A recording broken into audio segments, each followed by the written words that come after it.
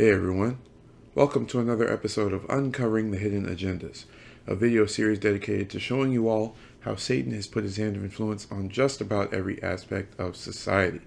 So today's episode is about politics, and again, this is not to favor one side over the other, to endorse one side or the other.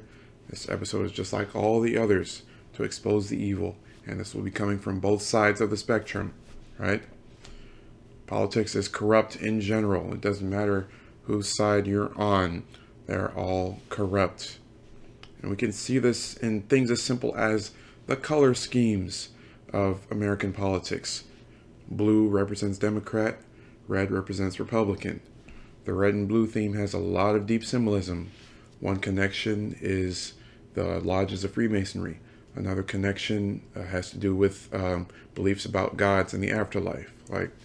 There's nothing good about that blue-red combo. And then when you put the four top political parties side by side, Democrat, Republican, Libertarian, Green Party, represented by these four colors here, red, blue, yellow, and green. And as we've talked about in other episodes, these four colors are representative of the four elements, which is believe, control everything, and they call on these four elements when they are engaging in rituals. And then when we look to specific people, there are several presidents who have been involved in various schemes and scandals. So there's a lot going on behind the scenes that we don't know about. And it's not good either. Here's a quote from Devin Worlds.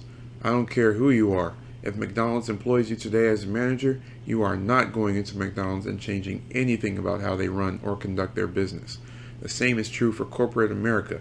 I don't care if you are selected or elected the President of the United States of America. You are not going to change anything about how America is conducting its business. It will always be the rich versus the poor. It will always be the government versus the people. And at the end of the day, it is always going to be their plan, Republicans and Democrats, to make sure that you get the short end of the stick. I really don't understand why all these so-called truthers started believing the lie that the Republican Party and Donald Trump are for the people and the Democratic Party are the enemy of the people. I'm sorry, but you're wrong. The Republican and the Democratic Party are the enemy of the people. It's supposed to look like one party is the good guy and the other party is the enemy. It doesn't matter what viewpoint you see it from, because all they want you to do is to pick a side. It's just that simple. Because if you pick a side, then that means you are now ready to defend that side by any means necessary. What the elites have done is they have played their trump card, their joker. Donald Trump is the Joker. Just like Batman's arch nemesis, the Joker, Donald Trump is an agent of chaos. He is not a moral man. Many people who support him know this, but you have chosen to ignore his bad fruit. This is because you have been bamboozled into picking a side. This is why it doesn't matter if the mainstream media and these tech companies hypnotize the whole world to hate Donald Trump. If your vote counted and you elect Biden, you are still voting for the same evil. There is no lesser of the two evils." That is spot on. But even if you take out Donald Trump and Joe Biden, it doesn't matter. I'm sure we are all guilty of voting for somebody while at the same time looking past something they were notorious for doing, right? That's the danger of politics today. Moving on to some shocking history about the Democrat Party. According to 13.org, the Ku Klux Klan was a terrorist organization in service of the Democratic Party and white supremacy.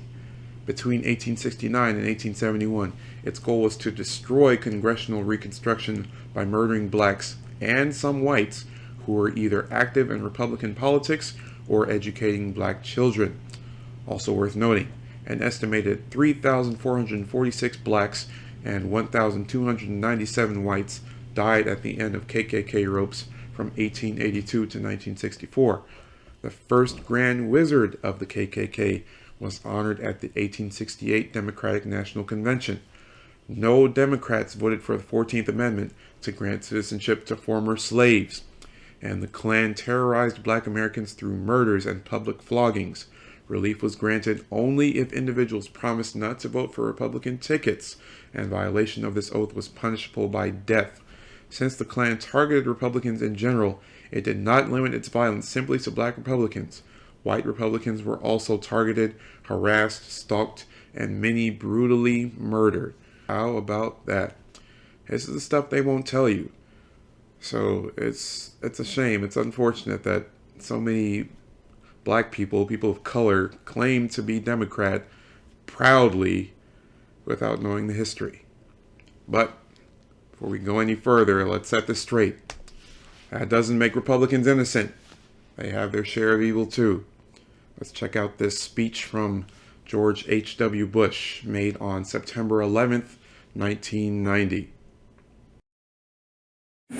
Out of these troubled times, our fifth objective, a new world order, can emerge, a new era, freer from the threat of terror, stronger in the pursuit of justice, and more secure in the quest for peace. An era in which the nations of the world, East and West, North and South, can prosper and live in harmony. We have a real chance at this new world order, an order in which a credible United Nations can use its peacekeeping role to fulfill the promise and vision of the UN's founders. A new world order, a new world order, a new world order. So he used that phrase on multiple occasions. But that first speech we saw, like I said, it was given on September 11th, 1990. Here's proof of that. September 11th, 1990. Our fifth objective, a new world order. And what happened 11 years to the date after that? Seems suspicious. Moving on. Many suspect that the world is being controlled and ruled by invisible hands. Are we headed in the direction of a new world order propagated by a few choice elite? Who are these elite? There are 13 family bloodlines of the Illuminati who are believed to control humanity by holding the reins of power. So all of these names might not sound familiar, but believe me, they are all influential. Prominent positions in society, connected to key presidents. You see, like the Bundys, for example, played key roles in the Kennedy and Johnson administrations. Many became lawyers, businessmen, involved in real estate. Like every single one of these you see here had a lot of wealth and had an influential, prominent position in society. Obviously through multiple generations.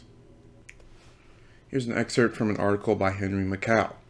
Most Americans scoff at the mention of conspiracy, but they don't know their country was created by Freemasonry. What? Freemasons drafted the Constitution and signed the Declaration of Independence. The Indians who dumped the tea in the harbor were Masons.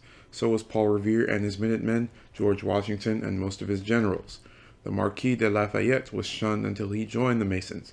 At least 20 U.S. presidents were brothers. Freemasonry is the Church of Satan masquerading as a fraternal, mystical, philanthropic order. It fronts for Illuminati central bankers who started the U.S. as a vehicle to advance their new world order. In the words of Masonic elder Manly P. Hall, we must also perfect the plan of the ages, setting up here the machinery for a world brotherhood of nations and races. The Freemasons provided Americans with ideals, civil liberties, equal opportunity, and no taxation without representation, which still are valid, but they were enticements designed to win power. As you might have noticed, these promises were not intended to be kept. Politicians don't represent us. They are Freemasons, and they represent the goals of Freemasonry, i.e. Kabbalist Jewish world tyranny. Benjamin Franklin, who was the Grand Master of a French lodge, raised millions of francs crucial to financing George Washington's army. He was the first to submit a concrete plan for military collaboration and political federation to a Congress representing all colonies. He established a chain of Masonic newspapers in all of the colonies. You can imagine where he found the money. Fay says George Washington and his ragtag army kept the spirit of independence alive. He organized many military lodges and personally participated in their activities. On December 27, 1778, he led a parade after Philadelphia was recaptured. His sword at his side in full Masonic attire and adorned with all the jewels and insignia of the Brotherhood, Washington marched at the head of a solemn procession of 300 brethren through the streets of Philadelphia to Christ Church, where a Masonic divine service was held. This was the greatest Masonic parade that had ever been seen in the New World. All the staff officers Washington trusted were Masons, and all the leading generals of the Army were Masons. Alexander Hamilton, John Marshall, James Madison, General Greene, General Lee, General Sullivan, Lord Sterling, the two Putnams, General Steuben, Montgomery, Jackson, Gist, Henry Knox, and Ethan Allen were Masons. They all gathered around their master Mason, Washington, and they all met at the Temple of Virtue, a rude structure forming an oblong square 40 by 60 feet, 1 story in height, a single entrance which was flanked by 2 pillars, another hint of Freemasonry. The atmosphere which surrounded Washington was Masonic, and it may be said that the framework of his mind was Masonic. So since we're on the subject, let's expose some presidents and presidential candidates that have had ties to secret societies. You were both in Skull and Bones, the secret society. It's so secret we can't talk about What it. does that mean for America? The conspiracy theorists are going to go I'm wild. sure they are. I don't know. I haven't seen the web. Number 322. You both were members of Skull and Bones, a secret society at Yale. What does that tell us? Not much, because it's a secret. Is there a secret handshake? Is there a secret code? I wish there were something secret I could manifest. 322, a secret number? There are all kinds of secrets, Tim, but one thing is not a secret. I disagree with this president's direction that he's taking the country. We can do a better job, and I intend to do it. And we'll be watching. Be safe on the campaign trail. John Kerry, thanks for joining us. And we'll be right back. It's good to be back at the Council on Foreign Relations. As Pete mentioned, I've been a member for a long time and was actually a director for some period of time. I never mentioned that when I was campaigning for re-election back home in Wyoming. Senator Clinton, how you doing? I'm good. How are you? Can I ask you a quick question while you sign that? It was reported in June of 2006 you attended a meeting in Ottawa, Canada, the Bilderberg Group. Can you comment on that? What's going on for the Bilderberg meeting, and what do you guys talk about up there? I have no idea what you're talking about. Yeah, you do. I was reported you were up there, and people saw you up there. I just want to know what you guys talk about and meet about up there. Sir, I don't know. Why are they such top secret meetings? I have no idea what you're talking Your about. husband went to a Bilderberg meeting too. I'm just wondering. I'm not being rude or anything. No, I just want to know what happens at these meetings. Well, since I wasn't there, I have no idea. Okay, thank you, Senator. Thank you. How are you? There you go. Thank you very much. Listen, I am a happy member of the Bohemian Grove. I like the folks who come there, and it's really inappropriate for me to talk about the group beyond that. Thank you. Have you been there for the ceremony with the cremation of care?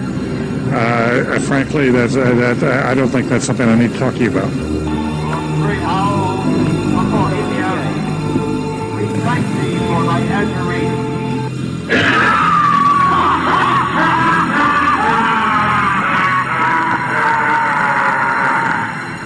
Have you been there for the ceremony with the cremation of care? Frankly, I don't think that's something I need to talk to you about. Really? That's right. Well, I'm Alex Jones, and I snuck in there in 2000. I'm the guy that blew it wide open and got the video. It's been on national TV. Well, I just respect you for that. You do? I do. But it's a lot of big public officials going in there. Don't we deserve to know? I don't know anything about you, and I don't know anything about your film. But if you go in there with an understanding, you violated that understanding by releasing that film, and I don't respect you for that. Really? But we have public officials there. I'm sorry, you took an understanding when you went in there that you would not do that film. And did you have an understanding when you went in there? No. Did you crash it?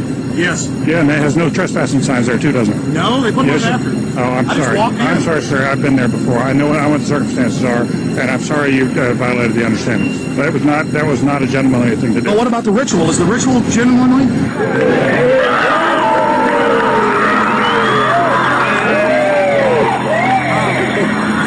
Sir, everything. I don't owe you this comment. I know. This is what's called ambush journalism, and I disrespect you for that as well. So thank you and goodbye. The ritual? That's none of your damn business. And one more thing about Freemasons. I think I've mentioned this before. Mount Rushmore. All 4 faces up here have ties to Freemasonry. And guess what date Mount Rushmore was completed? 1941, and the date was October 31st, completed on Halloween. All right. So, one of the last things I want to show you guys, our commander-in-chief right now, found out something very shocking about him. This was a video from when he was vice president, but that gives him no excuse for what you're about to see. I'll let the video speak for itself. Here we go. Hey guys, I'm your sister. Hey man, what's your name? Hey Charlie, how are you? Color folks in the back here. Hi, how are you? What's your name? Hi Maggie. How are you? Hi Grammy. How are you? Good to see you. Hey man. How are you? Good to see you, man. Okay, man, what a great family. Come on. I like kids better than people. Yeah. All right. There you go, great. Okay, everybody. There's a couple people in the back. I can't see her. What? You got it? Okay. Everybody look up. Everybody look up top there. Up there.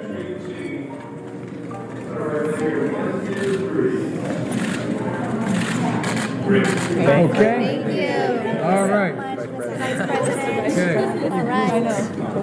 No, you did. By the way, you need to guard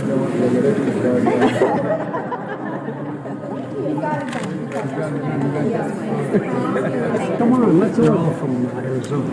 Come on, you jump in here for a minute. What do you want to do? Want to make sure. Did you want to get Vice President? There we go. Pictures.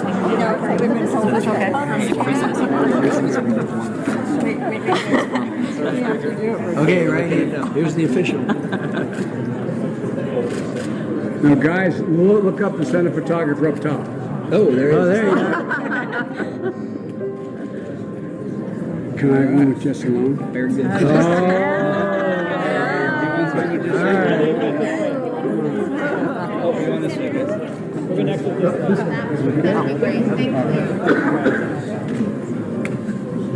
Dad's going to stand pretty close. She's a lovely child.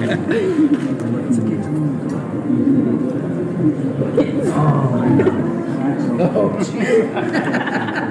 by the way, I was young and I had Jewish parties. Nice to see you. Hi, how are you? Listen, my son. Who's this? Lizzie, how are you? I'm a friend of your grandpa's. My name's Joe. Good to see you, man. Hey, man, what's your name? Sam, good to see you, Sam. What's your name? Hey, Thaddeus, you got a great name. I tell you what. Hey, I'm Kate. Kate, how are you? And this is Molly. Molly, come over by me. Come on over here. Good to see you, Molly. How old are you, man? I'm 12. Oh, beautiful smile, child. Okay. Very nice. Let's see. Come and stand behind just a little bit more off to the side there. You're getting too big. Yeah. So notice how he's taking pictures with all these families. He always has the children stand right in front of him or next to him, always putting his hands on them, saying things like, I like kids better than people, you're getting too big. That's pedophile type stuff right there. And to just do it over and over, and the families are either very blind to it or I don't know, but yikes. Yikes. So another synonym, I guess you could say, for American politics is chaos. Many articles, as you see here, have put those two words in the same sentence, politics and chaos. Due to the president, due to the administration, whoever's fault it is, there's a lot of chaos regardless of the president. And probably intentional. But as it says in the Bible, for God is not the author of confusion, but of peace, as in all churches of the saints. 1 Corinthians 14:33. The Bible also says, put not your trust in princes, nor in the Son of Man, in whom there is no help. So even though it's our obligation to vote and, be accountable for who's controlling our country, there's a lot of evil going on. If you vote, that's up to you. If you don't vote, that's up to you. But don't put your trust in princes. Don't put your trust in presidents. Right? God is in control. God is on the throne. No matter what goes on down here, no matter what he allows to happen, no matter how much chaos and confusion is plaguing our world right now, we should be putting our trust in God, because he is the only one who can truly fix everything going on right now.